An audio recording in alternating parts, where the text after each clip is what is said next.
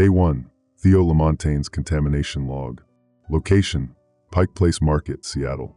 Radiation level: 2.3 Roentgens elevated. The Geiger counter's staccato clicks echoed through the empty market stalls like a mechanical heartbeat. I pressed the device closer to the strange ash deposits coating the cobblestones, watching the needle dance into the yellow zone. 2.3 Roentgens.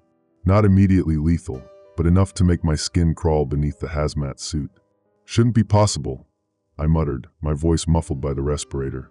The ash fell like snow over Elliott Bay this morning, each flake burning exposed skin with an otherworldly glow. Mrs. Lighton from the flower stand had third-degree burns on her hands from trying to sweep it away. The paramedics called it chemical irritation, but I knew better. 20 years with the Army Corps of Engineers, the last 5 as a radiation specialist. This wasn't chemicals. The ash clung to everything, pewter gray with an iridescent sheen that pulsed faintly in the pre-dawn darkness.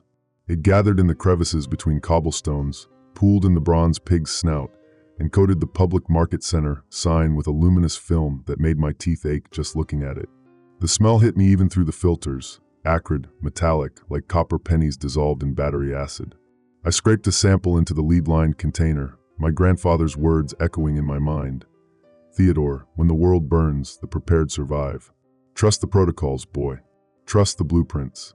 The old man had been obsessed with fallout shelters since Hiroshima, spent his final years updating Cold War-era designs with modern materials and techniques. His basement workshop was a shrine to survival, filled with radiation detection equipment, air filtration schematics, and detailed construction plans for emergency bunkers. Everyone called him paranoid. Even I had my doubts, growing up surrounded by talk of nuclear winter and contamination zones. But standing here in the glowing ash, watching the Geiger counter's needle climb toward the red zone, I felt the weight of his legacy settling on my shoulders like a lead blanket. My phone buzzed. Justin's name flashed on the cracked screen. My younger brother, the civil engineer who'd inherited Dad's practical streak instead of Grandpa's doomsday paranoia. The text was short. Theo, Weird Ash downtown too. City wants structural assessments on all emergency shelters. Something big coming. I typed back with gloved fingers. Not ash. Radiation. Get to the blueprints. Now. The market felt different as I packed my equipment. The usual morning bustle, vendors setting up stalls, tourists hunting for the perfect salmon, had been replaced by an oppressive silence. The ash continued to fall, each flake catching the harbor lights like dying stars. It accumulated on the brass railings, turned the wooden planks slick with luminous sludge, and left ghostly handprints wherever people had touched contaminated surfaces. The Space Needle's observation deck glowed faintly in the distance, visible through the toxic haze settling over the city. Downtown's glass towers reflected the strange light, creating a constellation of radioactive stars against the pre-dawn sky. Beautiful and terrible, like watching the world end in slow motion. I thought about the emergency protocols drilled into every Corps engineer. Establish containment. Identify the source. Protect civilian populations. But this wasn't a textbook scenario. This was uncharted territory, the kind of disaster Grandpa had spent decades preparing for while the rest of us dismissed his warnings as Cold War hysteria. The ash burned through my gloves as I loaded the samples into the van. Tiny pinpricks of pain, like being stung by radioactive bees. My grandfather's voice whispered again. The prepared survive, Theodore. When the world burns, the prepared survive. I drove through the empty streets toward the University District, toward the basement workshop where Grandpa's blueprints waited in their lead-lined filing cabinets. The city looked different through the windshield, familiar landmarks transformed by the glowing ash into something alien and menacing. Street lamps cast eerie shadows through the toxic haze. Stop lights blinked red through the luminous snow like warning beacons. The radio crackled with emergency broadcasts. Residents advised to remain indoors. Unknown atmospheric phenomenon. No immediate health concerns. Lies. All of it. The authorities didn't understand what they were dealing with. They saw snow and called it weather. They saw burns and called it irritation. They saw the end of the world and called it a minor atmospheric disturbance. But I knew better. The Geiger counter's relentless clicking had become a countdown timer, marking the seconds until Seattle faced something far worse than ashfall. The readings were climbing, which meant the source was still active, still spreading its toxic gift across the Pacific Northwest. I parked outside the old house and looked back toward downtown. The ash continued to fall, each flake a radioactive snowball gathering mass as it rolled downhill toward catastrophe. The city slept, unaware that it was being slowly poisoned by invisible death from above. My phone rang. Justin's voice was tight with worry. "Theo, the readings at the Capitol Hill shelter are off the charts. Whatever this is, it's getting worse. And there's something else. Some kind of corporate inspection team was at the Hanford facility yesterday. Unscheduled. The whole thing's classified." I closed my eyes, feeling the weight of Grandpa's legacy pressing down like the ash itself. Hanford, the most contaminated nuclear site in the Western Hemisphere, just a few hundred miles upriver.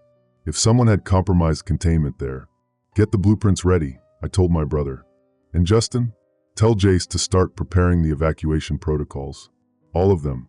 The ash fell like snow, each flake burning skin with toxic glow. The Geiger counter's clicks echoed through the empty streets like a mechanical heartbeat, counting down to something terrible. And somewhere in the distance, the Space Needle stood sentinel over a city that didn't yet know it was dying. The prepared survive. The prepared survive. The prepared survive. But first, we had to understand what we were surviving. Day 3, Theo Lamontagne's contamination log. Location, Capitol Hill Emergency Shelter.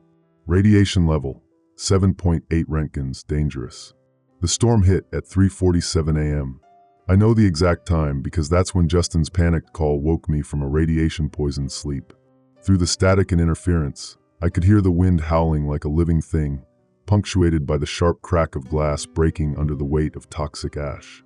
"How?" His voice was barely audible over the chaos. "The shelter's buckling. The ash, it's not just falling anymore. It's eating through the concrete."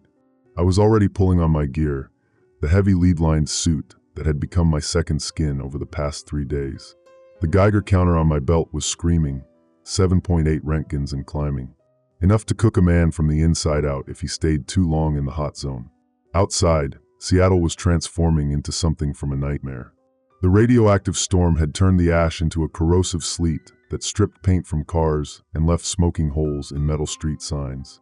The Space Needle stood like a skeletal finger against the toxic sky, its observation deck partially dissolved by the acidic precipitation. Downtown's glass towers wept radioactive tears, their facades pockmarked with circular burns where the ash had eaten through the silicon. The van's engine coughed and wheezed as I drove through the abandoned streets. The storm's ash choked 4th Avenue, blood mixing with radioactive haze where early morning joggers had been caught in the open. I didn't stop to check for survivors. The readings were too high, the contamination too severe. Anyone exposed to this concentration wouldn't last long enough for a rescue. The Capitol Hill shelter was a fortress of reinforced concrete and steel, one of 12 emergency bunkers built according to Grandpa's updated designs. Justin had been working around the clock to fortify them, welding additional steel plates over the air vents and sealing every potential breach with lead-lined compounds. But even his engineering expertise couldn't account for ash that ate through metal like acid. I found him in the shelter's main corridor, his hazmat suit torn and blood seeping through the fabric. The walls around him were pitted with hundreds of small holes, each one perfectly circular, as if the ash had burrowed through the concrete with surgical precision. "It's not just corrosive," he gasped, pressing a radiation detector against the wall. "It's intelligent. Watch."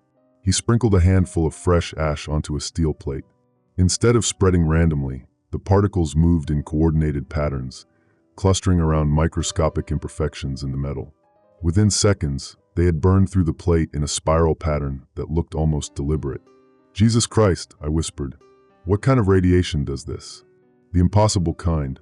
A new voice echoed from the shelter's entrance. Jace Villeneuve, Seattle's emergency management coordinator, emerged from the toxic haze like a ghost.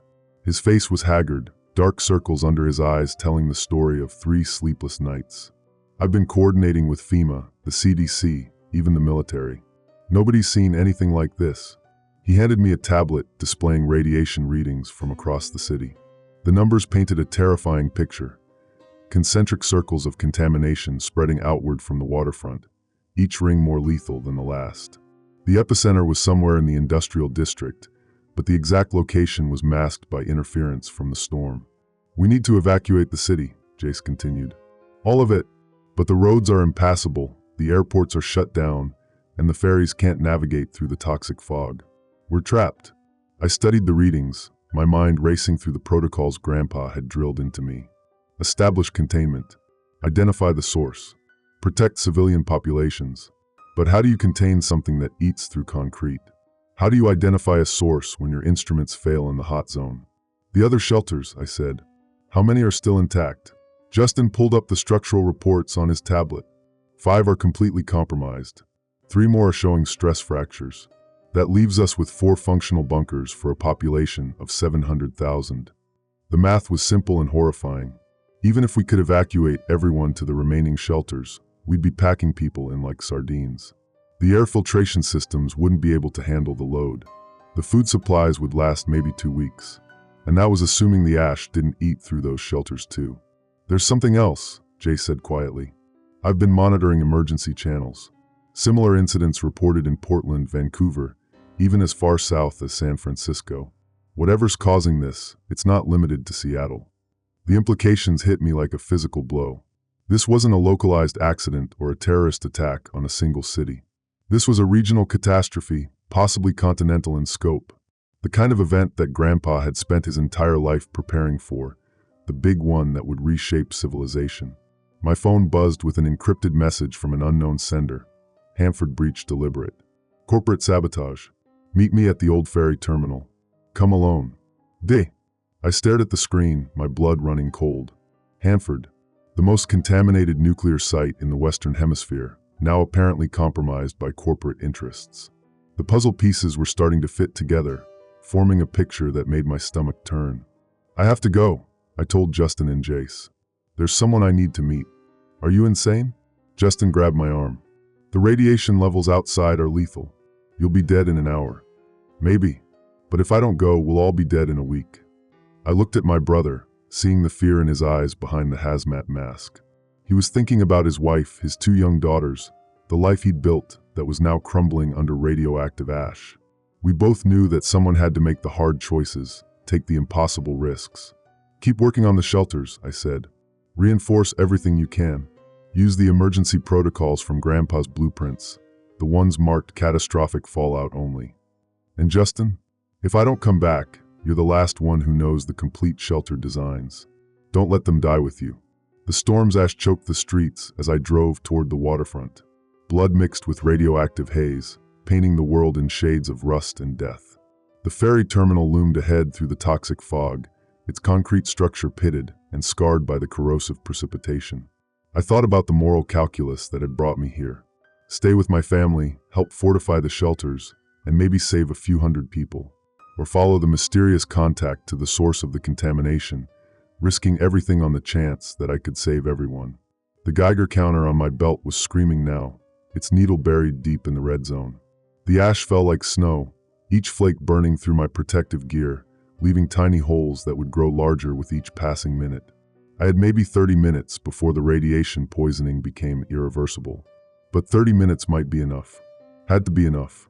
The ferry terminal stood empty, its waiting areas filled with glowing ash that had drifted through broken windows.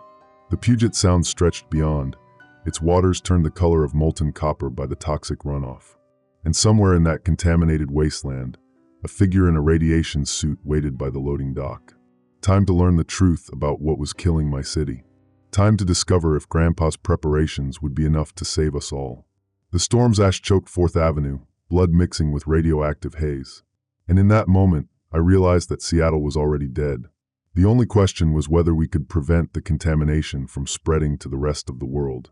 Day 5, Theo Lamontagne's contamination log. Location, abandoned ferry terminal, Elliott Bay. Radiation level, 12.4 Roentgens, lethal exposure zone. The man waiting for me at the dock was already dying. I could see it in the way he moved, the careful, measured steps of someone fighting radiation sickness, the slight tremor in his hands as he clutched a waterproof case to his chest. His hazmat suit was military grade, better than mine, but it couldn't protect him from what he'd already absorbed. Declan Merwa, he said, his voice distorted by the respirator. Former safety inspector at Hanford. Emphasis on former. The Geiger counter on my belt was shrieking now, its needle pinned against the maximum reading. 12.4 Roentgens. Enough to kill a man in hours, not days. The ash continued to fall around us, each flake leaving smoking holes in the concrete pier. You're the one who sent the message, I said, keeping my distance. At these radiation levels, even proximity to another contaminated person could mean the difference between survival and death. I'm the one who watched them do it. He opened the case with shaking hands, revealing a stack of documents sealed in lead-lined folders. Consolidated Nuclear Solutions. They bought the cleanup contract for Hanford 3 years ago, promised to reduce costs by 60%. I took the documents, my heart sinking as I read the corporate letterhead. CNS, I'd heard the name whispered in coarse circles, usually followed by curses and warnings about corner-cutting contractors who treated safety protocols like suggestions. They cut costs by cutting corners, Declan continued. Reduced containment staff by half. Eliminated redundant safety systems. And when the containment barriers started failing, they covered it up. Bribed inspectors, falsified reports, even had the EPA auditor transferred to Alaska. The first document was a maintenance log from 6 months ago. Critical containment failure in Reactor Zone 7. The recommended response was immediate evacuation and full containment protocol. The actual response was a single line: issue deferred pending cost analysis. Jesus Christ, I whispered. They just ignored it? Gets worse. Declan's voice was getting weaker, the radiation poisoning taking its toll. 3 weeks ago, the containment finally gave way completely.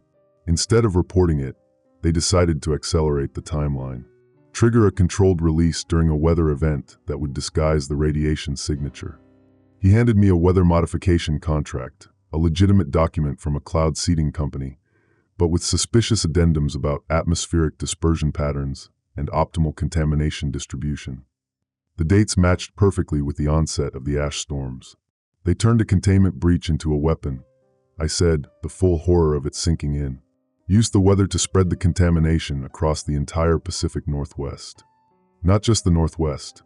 Declan pulled out a map showing projected fallout patterns. Red zones stretched from Vancouver to San Francisco, with contamination plumes extending as far east as Spokane. This is continental-scale genocide, disguised as an industrial accident. A distant howl echoed across the water, not wind, but something else. Something alive and wrong. I raised my binoculars, scanning the toxic fog that shrouded the sound. Dark shapes moved through the contaminated water, too large to be seals, too coordinated to be debris. The wildlife, Declan said, following my gaze. The radiation doesn't just kill them, it changes them. We started seeing mutations within 48 hours of the initial breach. Orcas with exposed spinal columns, salmon with human-like teeth, and the land animals. Another howl, closer this time. Through the fog, I could make out a pack of shapes moving along the waterfront. They looked like wolves, but wrong, elongated limbs, glowing sores along their flanks, eyes that burned with radioactive fire. They're attracted to the radiation, Declan whispered. Feed on it somehow. The more contaminated an area, the more of them we see. I thought about Justin, alone in the Capitol Hill shelter with his instruments and his faith in engineering solutions. The fortifications he'd been building were designed to keep radiation out, not to keep mutated predators from getting in. My phone buzzed with an emergency alert.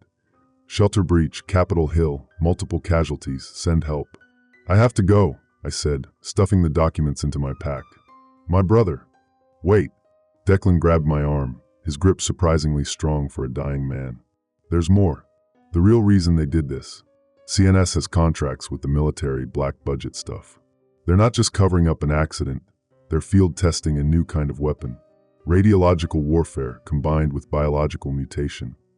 He handed me a final document, this one stamped with Department of Defense classifications. Project Prometheus, weaponized radiation designed to create area denial through ecological transformation. The Pacific Northwest wasn't just a victim of corporate negligence. It was a testing ground for the next generation of weapons of mass destruction. The antidote, I said desperately. There has to be a way to stop this. There is. Declan's voice was barely a whisper now. The primary containment chamber at Hanford. If someone could get inside, manually trigger the emergency shutdown protocols, it would stop the source. But the radiation levels in there are over 100 Roentgens. Instant death for anyone without full radiation immunity, or someone with nothing left to lose. I looked at the man who had risked everything to expose the truth. He was beyond saving. The radiation had already cooked his organs, turned his blood to poison. But he could still make a difference, still strike back at the corporation that had murdered the Pacific Northwest. "I'll need someone who knows the facility," I said. "Someone who can get me inside." "I can do that." Declan straightened with visible effort. "But first, we need to get your brother out of that shelter. The mutated animals, they're not just attracted to radiation, they're smart. They learn, and they're learning to hunt in packs." The howls were getting closer now, echoing off the contaminated water like a chorus of the damned. Through the toxic fog, I could see glowing eyes moving in coordinated patterns, circling the ferry terminal like predators stalking prey. I thought about Grandpa's blueprints, his obsession with preparation and protocol. He'd planned for nuclear war, for societal collapse, for every conceivable disaster. But even his paranoid imagination couldn't have conceived of this. A corporation so callous that they'd turn mass murder into a profit margin. "The shelter's 2 miles from here," I said, checking my radiation detector. "How long before the exposure kills us?" "At current levels? Maybe an hour. Less if we encounter the mutants directly." Declan shouldered his pack, the documents inside representing the only evidence of CNS's crimes. "But if we don't try, everyone dies anyway." We left the ferry terminal together, 2 dead men walking through a radioactive wasteland, carrying the truth that could save the world. The ash continued to fall, each flake a tiny star of death painting the city in luminous decay. And somewhere in the distance, the mutated wolves howled their hunger to the poisoned sky. The Geiger counter's scream merged with the wind, creating a symphony of destruction that would haunt my dreams, if I lived long enough to dream again. Seattle was already lost, but maybe, just maybe, we could prevent the contamination from spreading to the rest of the world. Their greed poisoned the Cascades, turned our home into a wasteland. But the dead don't stay silent forever. And sometimes, the only way to fight a monster is to become one yourself. The hunt had begun. Day 6, Theo Lamontaine's contamination log. Location, Capitol Hill Emergency Shelter, compromised. Radiation level, 18.7 Roentgens, immediately lethal. Time, 3:47 a.m. The storm's glow incinerated the skyline, turned Elliott Bay to poison. I knew we were too late the moment we crested Pine Street. The emergency shelter Justin had spent 5 days fortifying was gone. Not destroyed, but consumed. The building stood intact, but every surface crawled with a phosphorescent fungus that pulsed with radioactive light. The concrete walls sweated glowing sludge, and the air itself seemed to burn with toxic fire.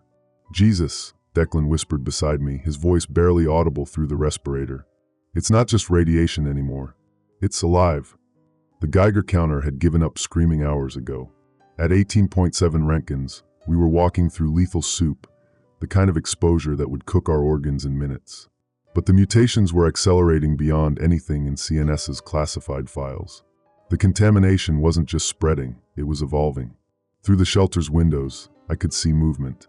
Shapes that might once have been human, but were now something else entirely. Their skin had turned translucent, revealing circulatory systems that glowed like fiber optic cables. Some had extra limbs sprouting from their torsos. Others had faces that split open to reveal rows of needle-sharp teeth. "The survivors," I said, my throat tight with horror. "They're still alive in there." "Are they?" Declan pulled out a pair of military binoculars, the lenses specially treated to filter radiation. "Look closer." I took the glasses, adjusting the focus. The figures inside the shelter moved with jerky, unnatural motions, not the behavior of people trying to survive, but of puppets being controlled by something else. Their eyes had turned solid black, and when they opened their mouths, streams of luminous vapor poured out. "The fungus," Declan explained. "It's not just growing on the building. It's growing in them, using their bodies as hosts, turning them into, I don't know what to call them, radiation zombies?" A sound echoed from the shelter, not quite human, not quite animal. It was the sound of vocal cords being stretched beyond their limits, of lungs trying to scream through fluid that glowed with radioactive fire. The infected survivors were trying to warn us, their last fragments of consciousness fighting against the thing that had taken their bodies. "We have to get them out," I said, starting toward the building. "No." Declan grabbed my arm. "Look at the readings. Anyone who goes in there is dead in minutes. Even if we could extract them, the contamination would spread. We'd be carrying the plague to every uninfected zone on the West Coast." My radio crackled to life, Jace's voice cutting through the static. "Theo, report.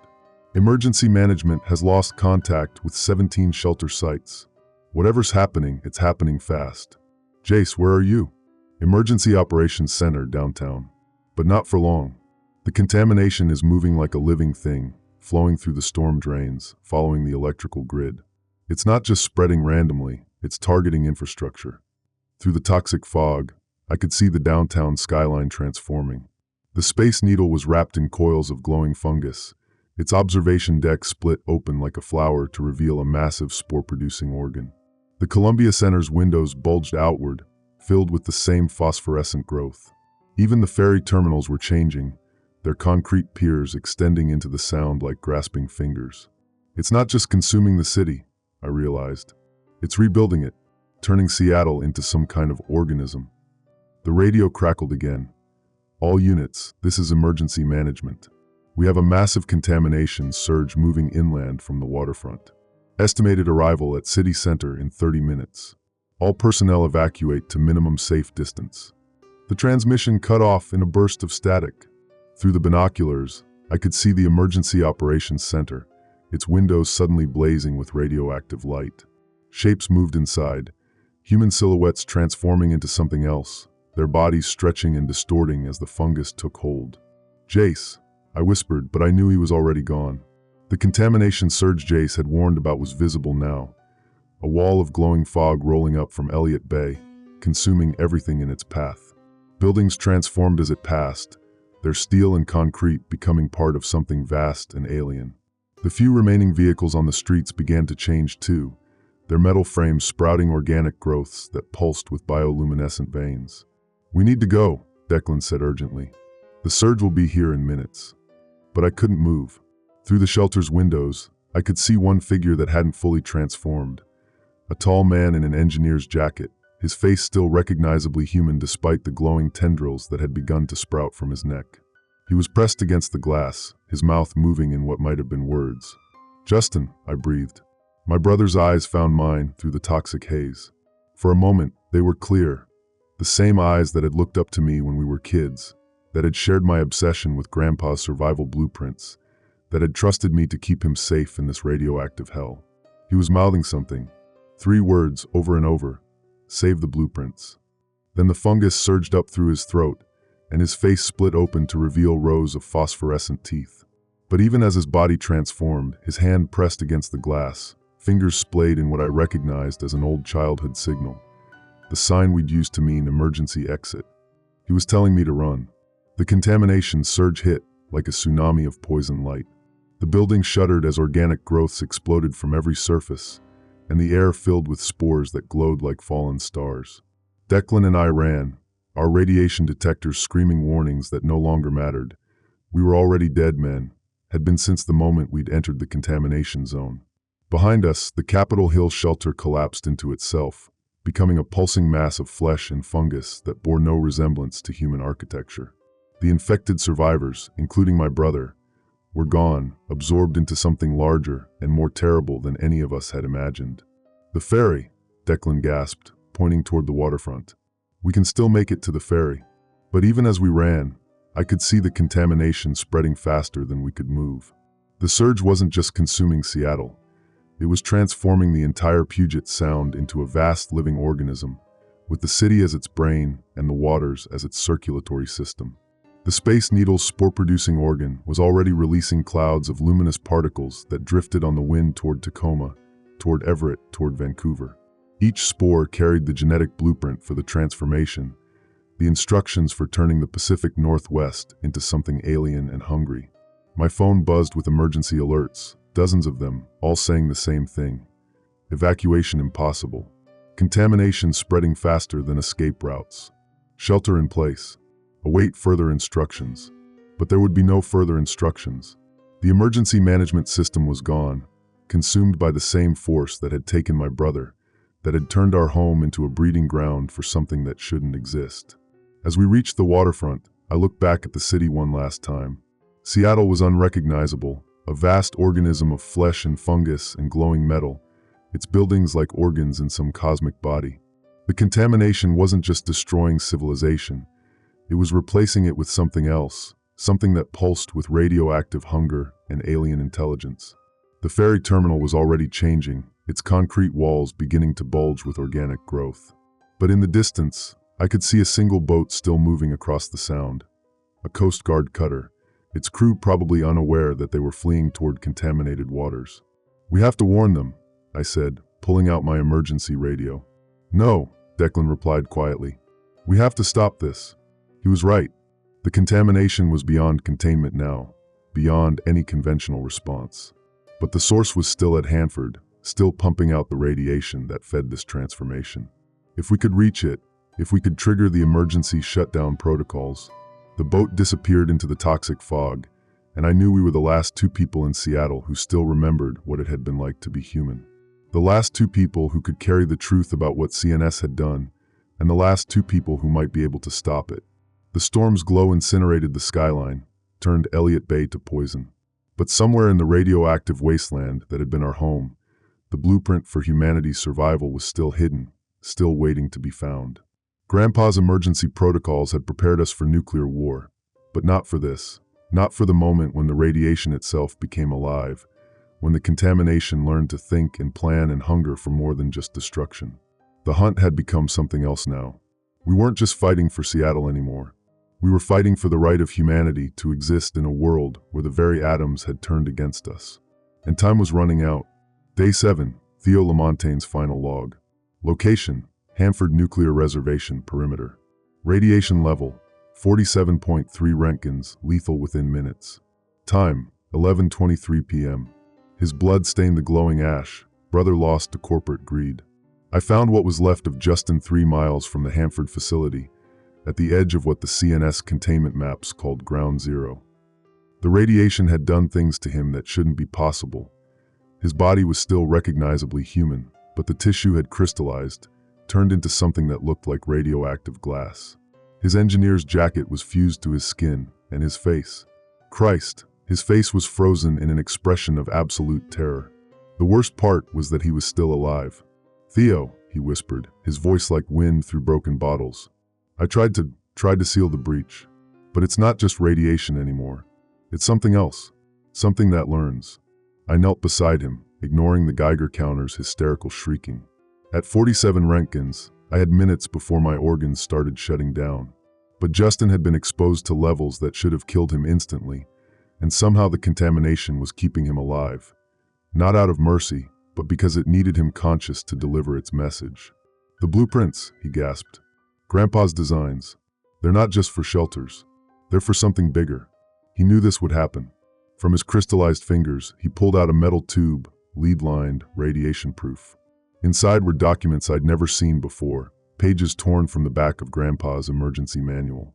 The pages he'd always kept locked away, the ones he'd said were for the real emergency. "Project Prometheus," I read aloud. "October 1962. Classification, eyes only." The documents were older than I'd thought, Cold War era, written in Grandpa's careful engineering script. But they weren't about nuclear war. They were about something else entirely. "The Cuban Missile Crisis was a cover story," Justin whispered. "The real crisis was here. Hanford. An experiment that went wrong 50 years ago. Grandpa was part of the cleanup crew, part of the team that contained the first outbreak." I read through the pages with growing horror. In 1962, military contractors had attempted to weaponize radiation by introducing synthetic organisms that could metabolize nuclear energy. The experiment had succeeded beyond their wildest nightmares. The organisms had not only survived the radiation, they'd thrived on it, using it to transform matter at the molecular level. "Radiological genesis," I muttered, reading Grandpa's notes. "They created life forms that could rewrite the fundamental laws of physics." "The containment failed," Justin continued.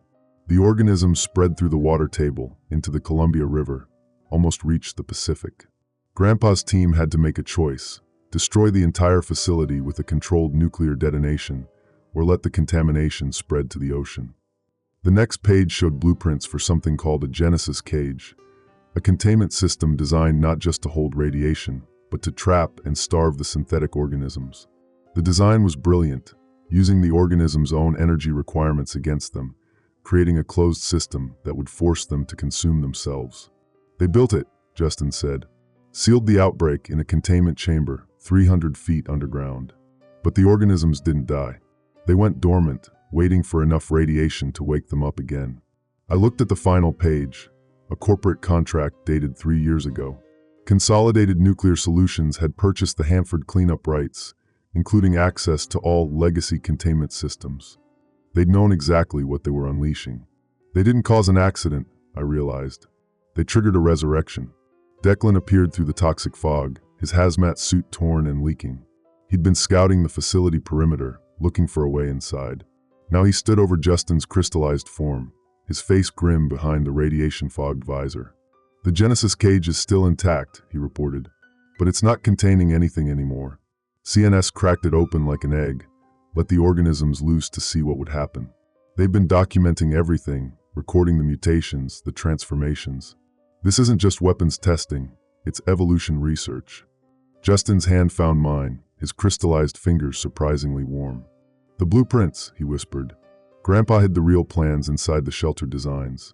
The measurements, the angles, the materials, they're not for fallout shelters. They're for building a new Genesis cage."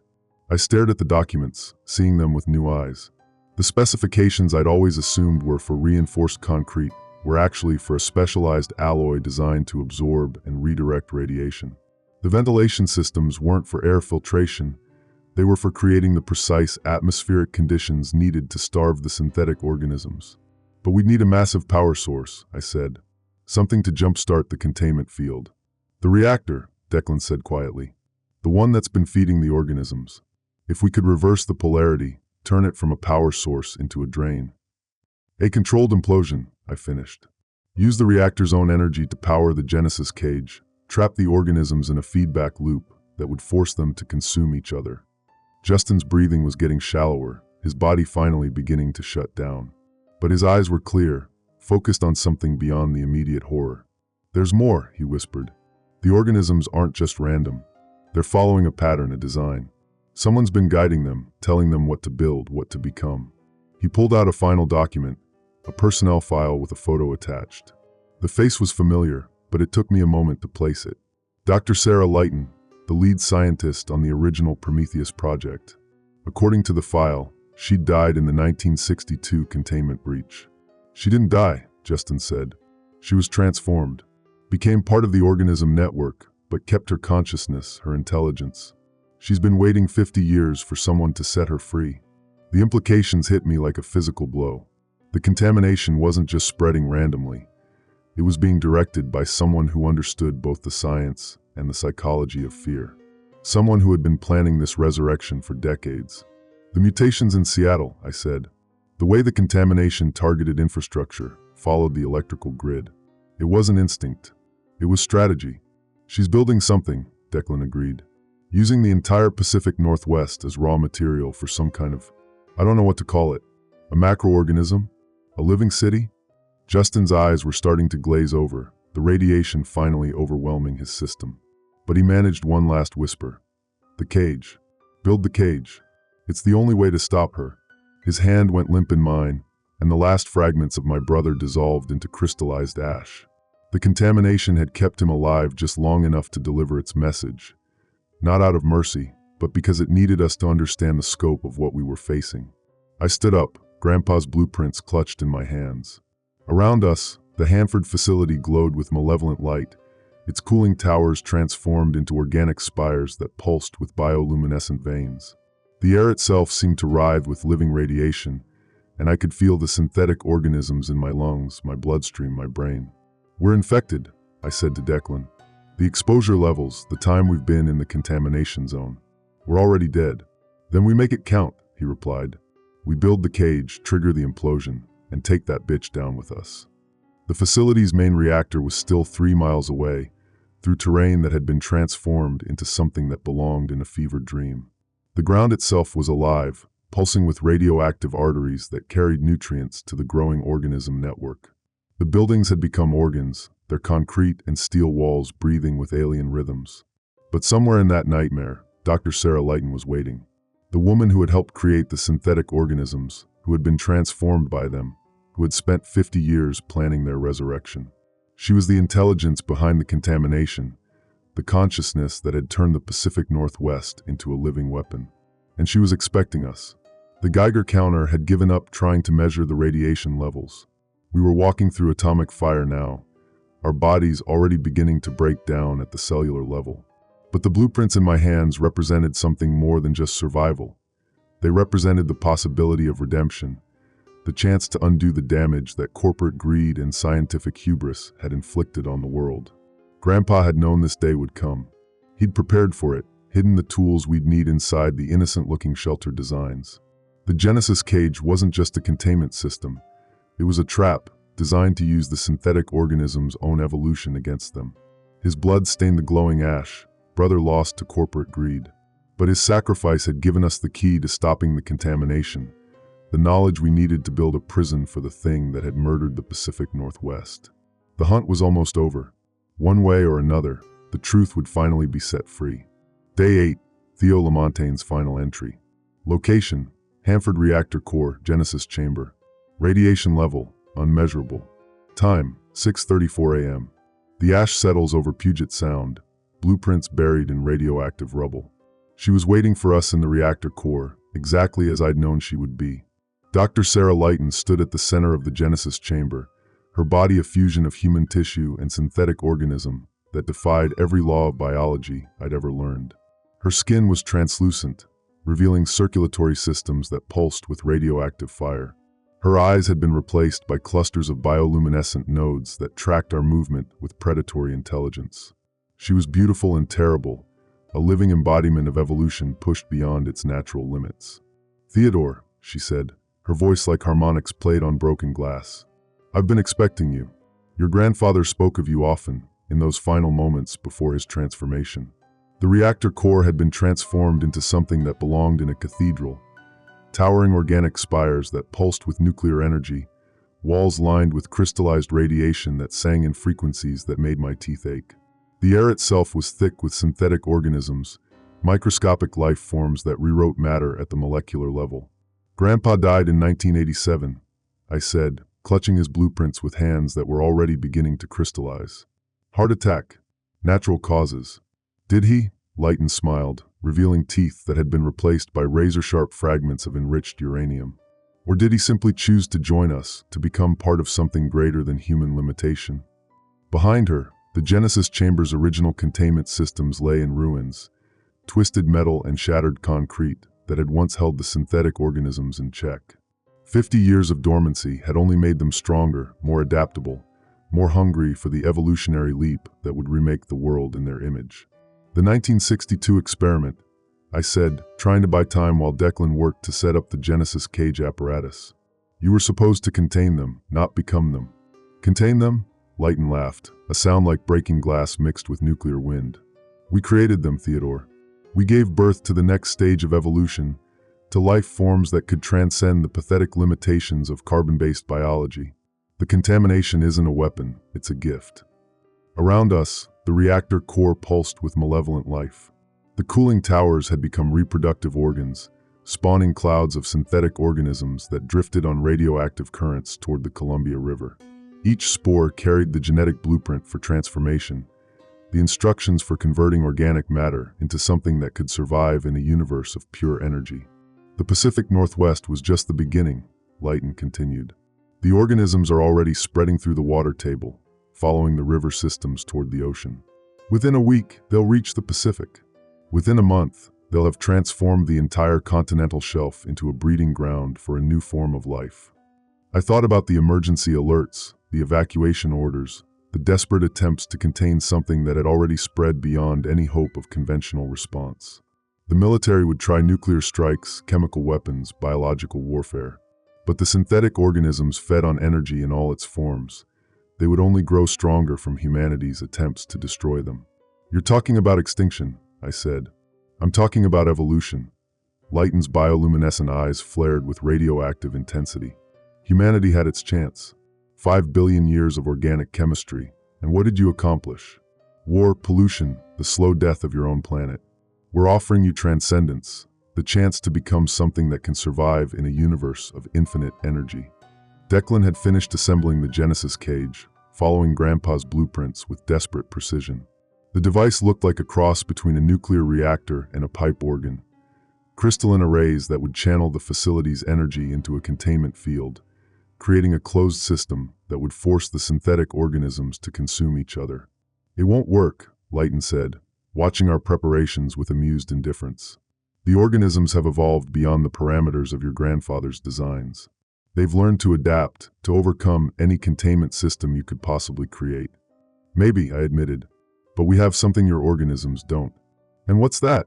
"The willingness to die for something greater than ourselves."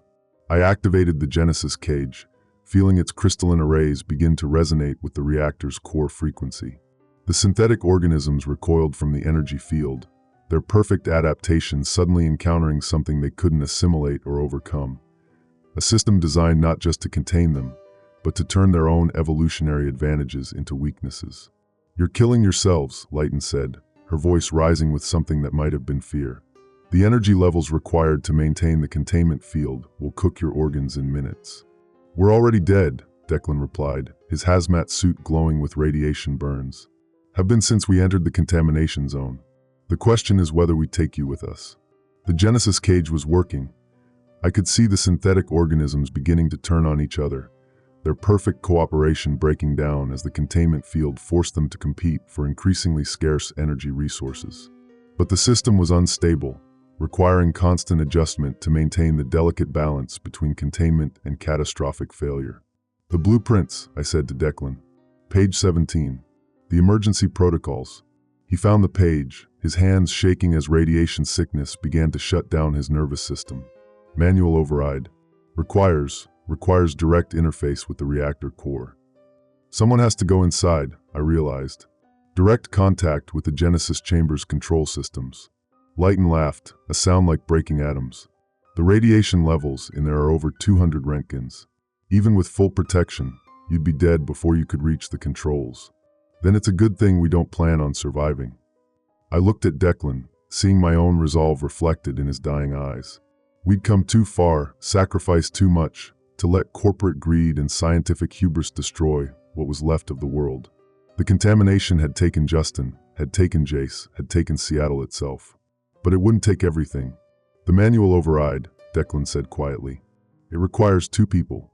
One to maintain the containment field, one to trigger the reactor implosion." "I'll take the reactor," I said. "You maintain the field." "No." His voice was firm, final. "I'm the one who worked for CNS, who helped cover up the early warning signs. This is my fault as much as theirs. I should be the one to." "We both go," I interrupted. "Together." Lighton's perfect composure finally cracked. "You're insane. The implosion will destroy everything within a 50-mile radius. You'll kill yourselves and accomplish nothing." "We'll kill you," I corrected. "And we'll contain the contamination. The Genesis cage will hold, even after the reactor's gone. The synthetic organisms will be trapped in a closed system, forced to consume each other until nothing remains." "The organisms are already spreading beyond the facility," Lighton said desperately. "They're in the water table, in the atmosphere, in the very atoms of the contaminated zone. You can't stop evolution itself." "Maybe not," I admitted. "But we can slow it down. Give the world time to prepare, to develop countermeasures. Give humanity a chance to survive." The Genesis cage was reaching critical resonance, its crystalline arrays singing with harmonics that made the reactor core itself vibrate. The synthetic organisms were fighting back, trying to break free from the containment field, but their own evolutionary perfection was working against them. They were too specialized, too adapted to unlimited energy, to survive in a system designed to starve them. "Grandpa knew this day would come," I said, pulling out the final page of his blueprints. "He prepared for it, left us the tools we'd need to fight back." The page showed a simple diagram: 2 switches, 2 control systems, 2 people willing to sacrifice everything to save the world. The manual override would trigger a controlled implosion, using the reactor's own energy to create a permanent containment field that would hold the synthetic organisms in check. "The legacy," I said to Declan. "The real legacy isn't the blueprints. It's the choice to use them." We moved toward the reactor core together, our bodies already beginning to break down at the cellular level. The radiation was beyond measurement now. We were walking through atomic fire, our very atoms beginning to break apart under the strain. But somehow we kept moving. Lighton made one last desperate attempt to stop us, her transformed body lunging forward with inhuman speed. But the Genesis cage's energy field held her back, trapping her in the same containment system that was slowly strangling her synthetic children. "This isn't over," she screamed. "The organisms are immortal. They'll find a way to break free." "Maybe," I said, my hand on the reactor's manual override. "But not today." I looked at Declan, saw him nod. We activated the switches together, felt the reactor begin its final transformation from power source to containment system. The Genesis cage flared to life, its crystalline arrays creating a prison of pure energy that would hold the synthetic organisms in check for generations to come. The last thing I saw was the contamination zone beginning to collapse in on itself, the synthetic organisms turning on each other in a frenzy of cannibalistic hunger.